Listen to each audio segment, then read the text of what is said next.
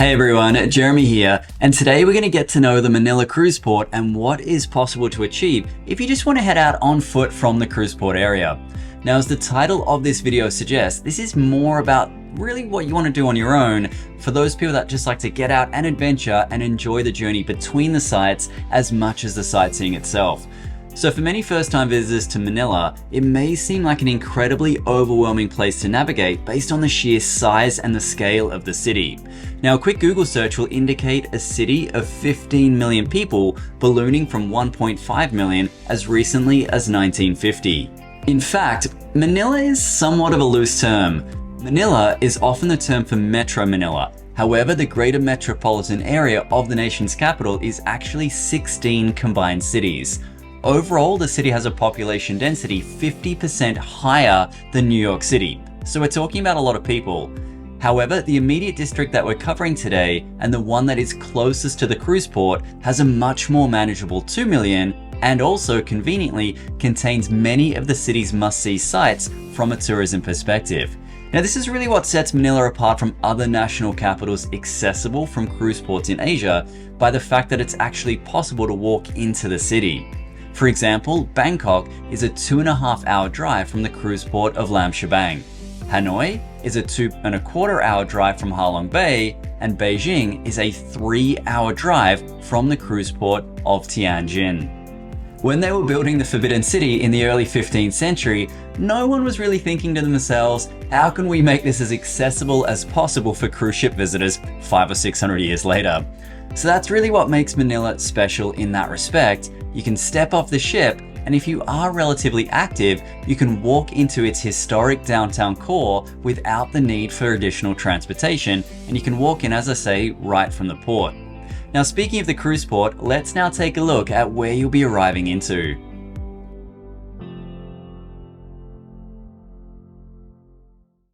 Cruise ships dock at the Eva Macapagal Super Terminal. Now, the first thing to note here is that you'll normally be greeted by a big welcome celebration.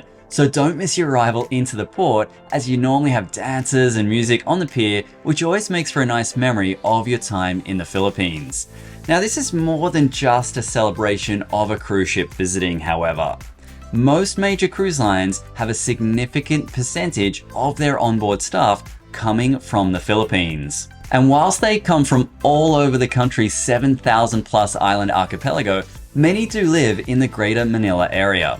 So this means that your ship's population numbers will likely swell up for a few hours during the day, as many of the family members of the onboard staff will come onto the ship and say hello and take a tour around. This is always a special moment, as not only do you see the families reconnecting after many months apart, but it's also common for ship staff to be seeing their newly born children for the very first time. So it's just an amazing part of the day, so make sure you give yourself some time around the ship to really get out in the public spaces and see that, as well as doing the things that you're going to do ashore.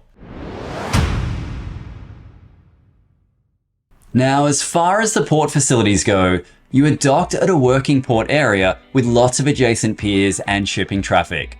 Now, whilst there is a terminal building, it isn't always used. Sometimes you just come off the ship, bypass the buildings, and the tour buses and shuttles are right there on the pier for you.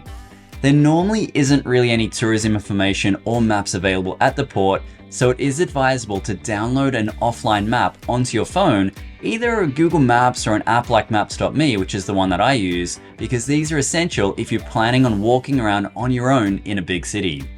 Now, taxis normally aren't allowed inside the port gates, so they'll be waiting for you outside. That being said, if you are planning on doing this walk around the Old Town area, many of the taxi drivers right outside the port will tell you that it's too far to walk. Now, this has happened to me many times in Manila. Here you can see on a map, the walk from the port to the closest place of interest on our journey is half a mile or 0.8 of a kilometer. This isn't a short walking day by any stretch. We are talking long distances overall here in this video, but to say that it's too far to walk at all, even just to the closest sightseeing spots, simply isn't true. So coming back to the map, now let's look at the 7 places of interest that are a relatively short distance away from the cruise port. The things we're going to be looking at are the Manila Cathedral, Fort Santiago, Binondo, Casa Manila, the San Agustin Church, Rizal Park, and the Manila Hotel. We will give you some brief information on each of these places to help you decide if you want to include them in your own walking itinerary. If you do wish to try and see all of these places by walking on foot from the cruise port, here is a potential walking pathway. On this Google map, we've placed pins at each of the places of interest, with the walk from the port starting by going to the furthest away place and then working backwards to finish up back at the port. The total distance, as you can see here, is 6 miles or 9 kilometers, and that involves going along the route in direct lines without any detours for things that you might find interesting along the way. So for some people, this will be a manageable distance. For others, maybe it's just going to be a little bit too far. So again, you could pick and choose a few of the places that you are interested in, or you could take a transport one way to the furthest point and then walk backwards to the cruise port from there, so you can cut down your time walking on foot. Remember, this is Manila too. You're likely to be greeted with temperatures of around 90 degrees Fahrenheit or 30 degrees Celsius, so that really needs to be factored into your planning. To help you decide if you're going to visit all of the sites or to handpick a few to visit, let's take a visual tour to give you a little information. First up, we'll start with the furthest place, Binondo, Manila's historic and vibrant Chinatown. With origins dating back to 1594, Binondo is recognized as the world's oldest Chinatown. Derived from the Filipino word Binundok, meaning mountainous, Binondo was established as a permanent settlement for Chinese Catholic immigrants. It has a rich history, diverse culture, and a delicious food scene, making it really a great starting point for travelers looking to experience a unique blend of Chinese and Filipino traditions. Now, just wandering the streets and really immersing yourself in this district is the way to go here. However, don't miss out on the Binondo Church. This historic church is a testament to Binondo's cultural heritage, and it's been known for its intricate architecture. In Binondo, keep an eye out for the food options too, because if you do like to try unique foods when you travel, Binondo is known for its cross-culture street food vendors, so they're really interesting to try out. The area is also known for its street markets, where you can often find some bargains on things like clothes, textiles, and other souvenirs. One of my favorite all-time memories of Binondo was being there for the Chinese New Year. It was just so intense. There were so many people celebrating. It really was an amazing atmosphere, but it was kind of wild. So just be careful of that. If you're interested in seeing it in big crowds, keep an eye on the dates. If that's something you might look to avoid, factor that in. Just keep an eye on the dates that you're traveling to Binondo. Because as I say, Binondo really does come alive during that Lunar New Year. You'll see dragon dances, street performances, and there is these vibrant decorations. So I'd recommend it, but it might not be for everyone. So now let's go to site number 2. Located just across the Pasig River from Binondo, Fort Santiago has a storied history dating back to the Spanish colonial era. It was originally built in the late 16th century as a defense fortress during Spanish colonization. Over the centuries, it has served various purposes, from a military stronghold to a political prison. The fort played a significant role in Philippine history, particularly during World War II. Fort Santiago is famously associated with Dr. Jose Rizal, the national hero of the Philippines. The Rizal Shrine houses a museum that displays artifacts, manuscripts, and memorabilia related to Rizal's life and his role in the country's struggle for independence. Whilst here you can also explore the prison cells and dungeons where political prisoners were held during Spanish colonial period. Fort Santiago is not just a historic site, it's also got these beautiful landscape areas with gardens and fountains and pathways to have a stroll through. Now moving to number 3.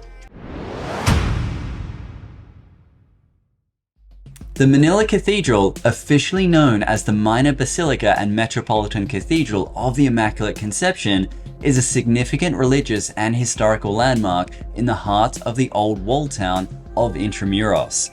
The original cathedral was built in 1581, but has been reconstructed several times due to fires, earthquakes, and wars. The current structure, built in a neo-Romanesque style, was completed in 1958. The various versions of the cathedral have witnessed numerous historical events, including the proclamation of Philippine independence in 1946. It's also the seat of the Archdiocese of Manila and an important venue for religious ceremonies and events.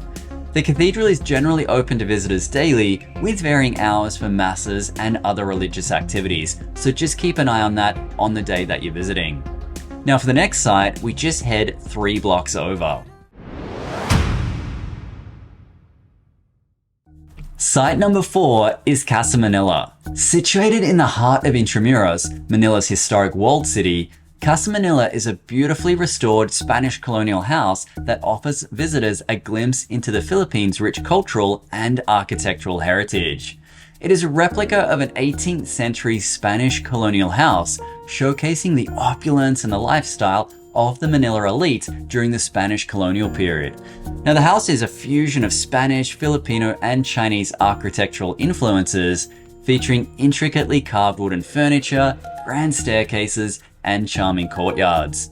Upon entering Casa Manila, you'll have the option of joining a guided tour led by knowledgeable guides who provide an insight into the history, architecture, and stories behind the house, so it can add some influence to your experience there. Now, Casa Manila is not only a historic house, but it's also a museum too. Inside, you'll find a collection of period furniture, artwork, household items, and artifacts that offer a vivid glimpse of the colonial lifestyle. Now, each room is meticulously decorated to capture the ambience of the era. After Casa Manila, we go right across the street for place of interest number 5. Up next is the San Agustin Church. Now, this is a historical religious landmark that is located in Intramuros. It's one of the oldest stone churches in the country, and it's also listed as a UNESCO World Heritage Site. It was built by the Spanish colonial friars in 1587, making it one of the oldest churches in the Philippines. It has not only withstood time, but also wars and natural disasters. The church features Baroque architecture with intricate details and decorations. It also has a museum that houses religious artifacts, sculptures, and artworks. Adjacent to the church is the San Agustin Bell Tower. Visitors can climb to the top for a panoramic view of Intramuros and Manila below. Okay, time to head out of Intramuros and check out the city's largest green space. Site number 6 on our list is Rizal Park. Located along the Rojas Boulevard, this historic park is both a popular destination for locals and visitors too of the city. Named after the country's national hero, Dr. Jose Rizal, the park is not only a picturesque green space, but it also holds cultural and historic importance. For example, you'll find the Rizal Monument here. This bronze monument of Dr. Jose Rizal stands as a tribute to the national hero. It's a symbol of the country's struggle for independence and a popular spot for taking photos. You'll also find the Independence flagpole at Rizal Park. It is where the Philippine flag was raised to declare independence from Spanish colonial rule on June the 12th of 1898. There's a series of different gardens here that you can explore too if you are really looking to take advantage of the green spaces. You'll find the Orchidarium, the Butterfly Pavilion, the Japanese Garden, the Chinese Garden, and the Rizal Park Open Air Auditorium, which hosts various concerts and events and cultural performances. Now, for history lovers, the impressive National Museum of Anthropology is located nearby and has a large collection of artifacts and exhibits showcasing the Philippines' cultural heritage. Now, it's a good place to get out of the heat and learn more about the country you're visiting. After exiting Rizal Park on the southern end of the Rojas Boulevard, by turning right to head back in the direction of the cruise port, you'll come by our final stop on our Manila walking tour, the Manila Hotel. The Manila Hotel is a historic and iconic luxury hotel located very close to the cruise port. Now, it holds a significant place in the country's history and culture and has been witness to various important events and celebrations. The hotel was inaugurated on July the 4th, 1912, and is one of the oldest and most prestigious hotels in the Philippines. It features a mix of neoclassical and Art Deco architectural styles, showcasing intricate details and elegant design elements that reflect its rich heritage. It houses a variety of restaurants and bars and is known for its grand ballrooms and event spaces, which have hosted numerous high-profile events, conferences and weddings, as well as different social gatherings. Now, through its existence, the Manila Hotel has played a key role in several moments of important Philippines history. It's hosted dignitaries, political figures, celebrities, and royalty, with people such as Queen Elizabeth II, Michael Jackson, the Beatles, JFK, and Muhammad Ali all staying here.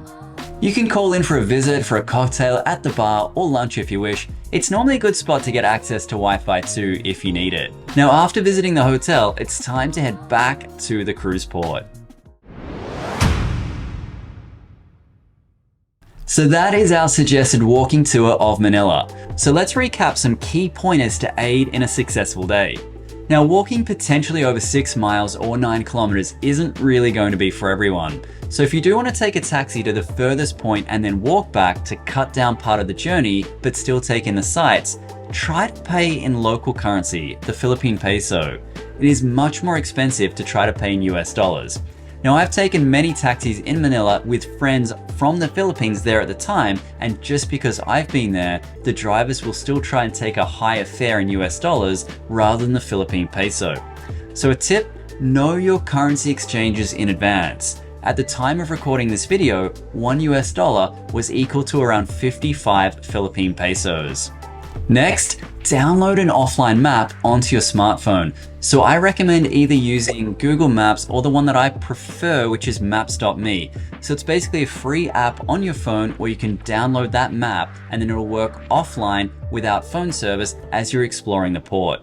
You can also pinpoint markers on the map so you can plot out the points of interest that you do want to visit along the way, and your phone's inbuilt GPS will also track exactly where you are. So it's much easier to use these than it is a physical paper map. So I know technology and upgrades aren't really for everybody, but this is one thing that I would recommend getting your head around if you're not particularly familiar with it, because it will make your life a lot easier when you're exploring ports of call.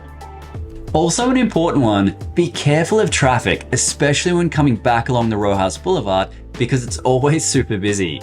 On that note too, don't run it too close to your ship's all aboard time for getting back, especially if you decide to come back to the port in a vehicle, because in the past it's taken me 45 minutes to drive just 3 miles or 5 kilometers in Manila because of the traffic. So play it safe and time it to get back to the port early. So that is our suggested walking tour. If you have any questions at all, let us know in the comment section below. And also, we'd love to hear about your experiences too if you try this walk. Let us know if you enjoyed the city, what you liked, maybe what you didn't like, or things you'd like included in this video in the future. But until next time, thanks very much for watching everyone, and enjoy your time in the city of Manila.